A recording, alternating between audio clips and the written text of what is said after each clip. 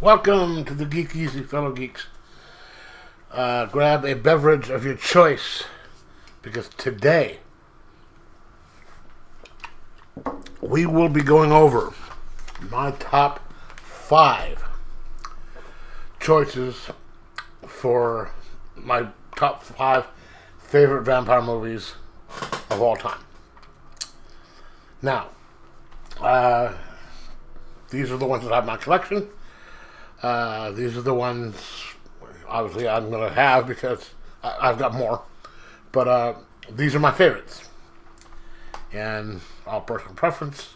You may have something a little different. But these are my top 5. So, it's going to be top 5, but I'm also going to add one little extra one, a bonus one, just because it's one of my favorites. And I'm sure not many people have heard about it. So, I'm throwing it in. Bonus one is Bordello of Blood. It is a Tales from the Crypt movie. It is the second one. What you have here is... It is a movie where you... with Dennis Miller, Erica Eleniak. She was one of the... what do you call them? Baywatch babes. Excuse me. And Angie Everhard, the model, which would be her right there. You have a movie where Dennis Miller is a down-on-his-luck private investigator who is hired by Erica Eleniak's character, who is the assistant to a very well-known televangelist who is played by... oh my god, what is his name?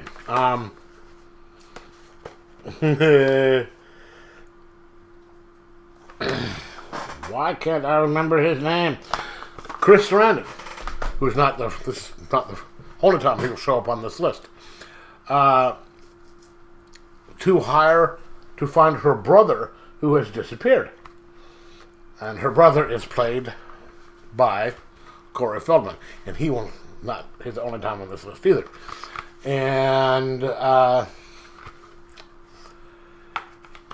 it turns out that there is a vampire prostitution ring being run underneath a mortuary. So it's a it's a vampire movie, but it's also funnier than hell. And it's got Erica Eleniak in it. Yeah, I mean, those are her legs, I think. But yeah, great movie. Funnier than hell. I don't know why they didn't make any more after this. Okay, so let's get to the actual list. Number 5.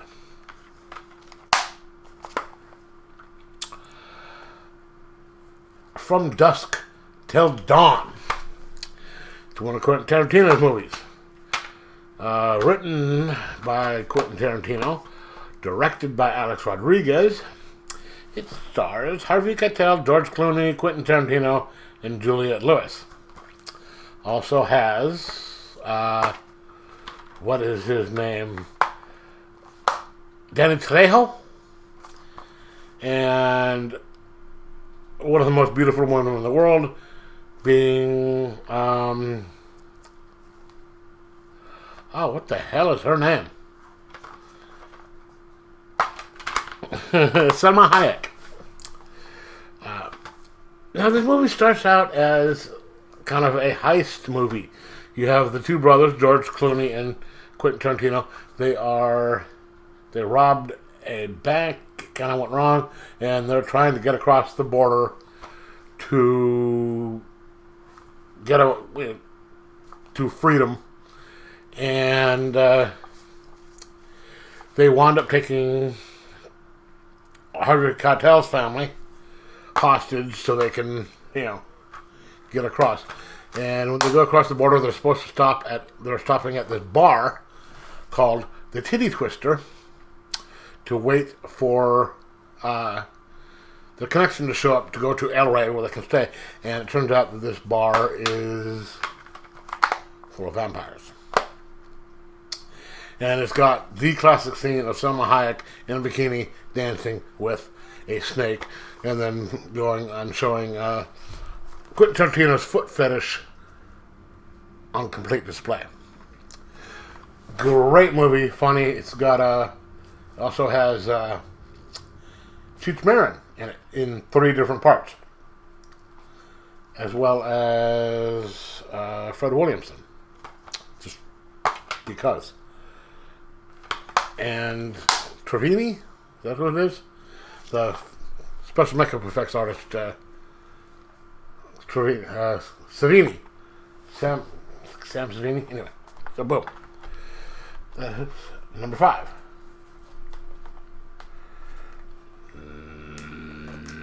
Number 4. Near Dark. This came out in 1987. It was one of the 2 big vampire movies that came out in 87.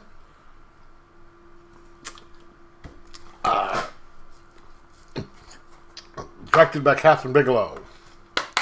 She described it as a kind of a Western type vampire. It has Lance Hendrickson, Jeanette Goldstein, and Bill Paxton. There's Bill Paxton right there. And a couple other people you probably haven't heard of. That's all of them right there. As they're a group of vampires. Now you've got this young guy who's with his family. He goes out on the town, not in the town with his friend.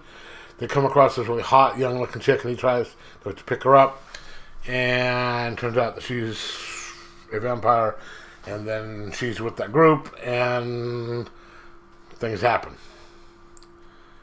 Really good movie, and Bill Paxton being a vampire, and just being Bill Paxton. Number 3. We have Fright Night.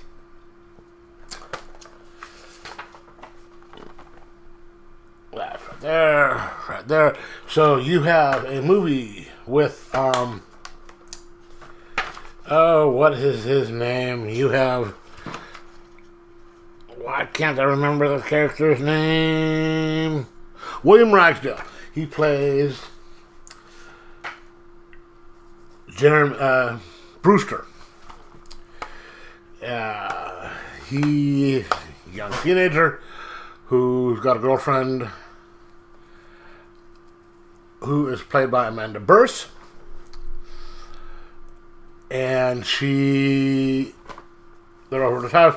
He sees somebody, 2 people taking what looks like a coffin into the cellar of the house next door. And it turns out that you have Chris Sarandon. Again, I told you his name would come up again in this movie, or on this list. Plays Jerry Dandridge, who is moving into the house next door with his assistant. And William Ragsdale, Charlie Brewster, thinks they're vampires. And nobody believes him, so he goes to Roddy McDowall's character, who plays Peter Vincent, who the names Peter and Vincent, Peter Cushing, Vincent Price, Tom Holland wrote that, his 2 favorite actors, so he put them together. And so he plays a horror host who hosts Fright Night, and who plays Peter Vincent, the fearless vampire hunter. Yeah, and he's not so fearless. But really good movie, very well done. It's cut. There's this, Fright Night 2, and then they did some remakes of Fright Night with a whole new cast doing it. Anton Yelchin played Brewster. You had Colin Farrell playing the Chris Sarandon part. That wasn't as good, but their Fright Night 2 sequel was very good. Okay, so number 2.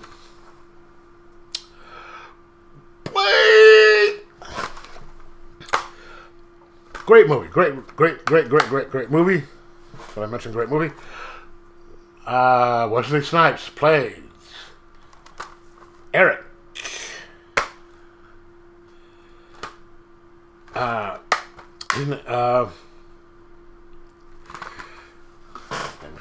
He was born to a mother who was bit by a vampire,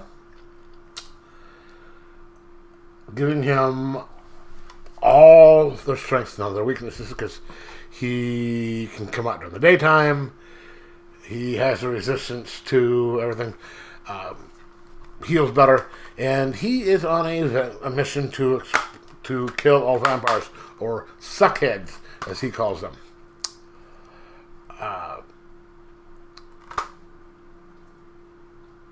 And there's little issues that he has, but you have Boucher Wright as, I don't want to say the love interest, because this movie, they don't actually have a love interest. A lot of movies, they have to have a female in there to be the love interest. There's no love interest in this one. It is all just, let's kill vampires. And Boucher Wright is, she is your kind of guide through the world, because she's the one that he saves at the beginning. And she's actually a help in the movie, because she's a doctor, a hematologist. And so she helps out. So there's her. We have, what is his name? Chris Christopherson as Whistler, his mentor and friend. And great flick. Now, the other movie that I mentioned that came out in 1987, vampire movie. Now, this is my number 1 right here. The Lost Boys.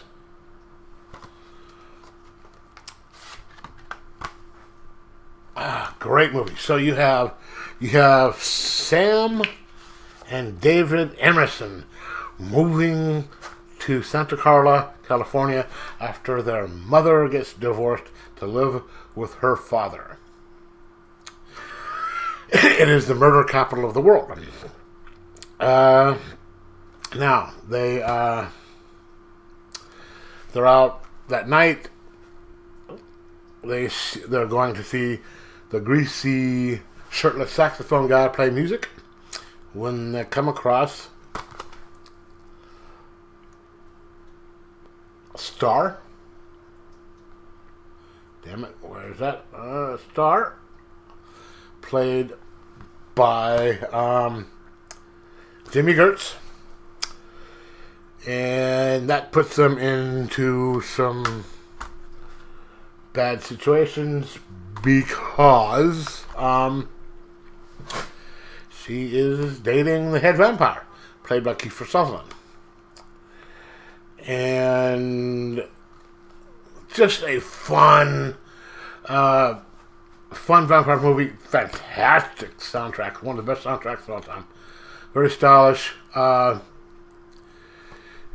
You had that, and you also had, this also started a trend in movies. If you ever heard of a movie having the 2 Coreys, this was the first one that did it. Corey Haim, Corey Feldman. It is the first movie to have them, and there's like 6 or 7 of them because they did so well. All right, now, just a fantastic movie, and so that is my top 6. Now, some of you might wonder why I did not put Dracula, Bram Stoker's Dracula, in there. I mean, that is a beautifully shot movie. You have an incredible performance of Gary Oldman by Dracula. You have an incredible performance of Van Helsing by, oh my God, what is his name? By Hannibal Lecter. Anyway, It's most of it is really good, but there's just a couple issues that I have with it. One, I love Keanu Reeves, but casting him as Harker and having him with an English accent, no. It sucked. Excuse me. Winona Ryder as the girlfriend and her English accent, no. It was bad. And then also, you just get that whole thing making the connection between Vlad Tepes and Dracula. No. So I can't put that on my list. It's good, it's worth having in 4K and all that stuff, but it's not going to make the top 6. But anyway, let me know what you think of my list. Like, subscribe, and most of all, stay spooky.